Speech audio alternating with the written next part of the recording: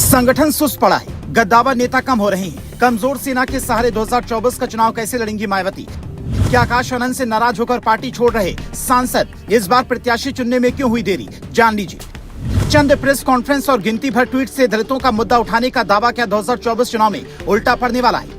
2024 चुनाव को लेकर हर पार्टी जहां पर संगठन को मजबूत करने में लगी है, तो वहीं मायावती की पार्टी हाथी की चाल से भी सुस्त नजर आ रही है। इत्तेफाक ऐसा है कि चुनाव चिन्ह भी हाथी ही है और पार्टी के कद्दावर नेता इस कदर मायावती का साथ छोड़ रहे हैं जैसे बसपा में उनका बिल्कुल मन नहीं लग रहा हो। जिसके बाद हर कोई यही पूछ रहा है कि कमजोर सेना के सहारे 2024 का चुनाव मायावती कैसे लड़ेंगी।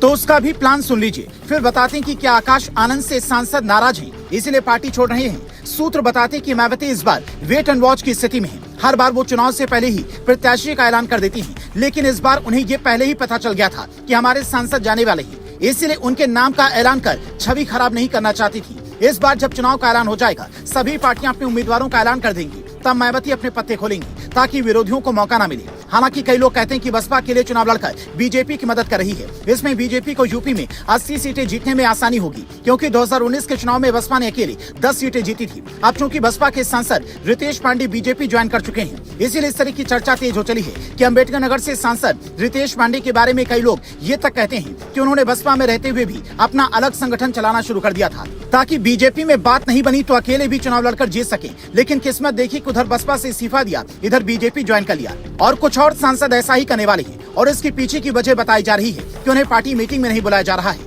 उनकी उपेक्षा हो रही है। ऐसे में हैरान करने वाली बात यह है कि मायावती अगर उम्र या फिर दूसरे कारणों की वजह से पार्टी पर ध्यान नहीं दे पा रही है, तो फिर उनके उत्तराधिकारी आकाश आनंद ये काम क्यों नहीं कर रही है? पार्टी से जुड़े सूत्र बताते हैं कि जिस उम्मीद के साथ आकाश आनंद को लाया गया था, युवा चेहरे से जिस बदलाव की उम्मीद थी, वो अब नजर नहीं आ रही है। यहाँ तक कि हाईकमान से मुलाकात भी मुश्किल हो गई है। चुनाव सिर पर है, फिर भी रणनीति का कोई अता पता नहीं है। हालांकि मायावती स्टाइल ऑफ पॉलिटिक्स तो यही कहता है कि वो एक प्रेस कॉन्फ्रेंस में आकर लिख कर लाई गई सारी बातें पढ़ दी और कार्यकर्ता मान जाते हैं और वोटर्स उन्हें वोट देने को तैयार हो जाते हैं। पर सवाल ये है कि जिस दौर में हर पार्टी का राजनीतिक स्टाइल तेजी से बदल रहा है, उस दौर में मायावती क्या दलितों की राजनीति क्या सिर्फ गिनती भर ट्वीट और चंद प्रेस कॉन्फ्रेंस के सहारे करना चाहती हैं? क्योंकि धरातल पर तो कुछ ऐसा नजर नहीं आ रहा है। अभी भी बसपा को अपना सब कुछ मानने वाले कार्यकर्ता किसी चमत्कार की उम्मीद में बैठे हैं। कहा जा रहा है कि अगर ये दो प्लान सफल रहे तो फिर बसपा का किला फिर से मजबूत हो सकता है। प्लान नंबर 1, गठबंधन की मजबूरी में जिन नेताओं को टिकट नहीं मिलेगा, वो अगर मायावती का दरवाजा खटखटाएंगे तो बसपा को जिताऊ कैंडिडेट मिल सकते हैं और पार्टी फिर से मजबूत हो सकती है। प्लान नंबर 2, प्रत्याशियों का चयन उनका जनाधार और बैकग्राउंड देकर तय किया जाए,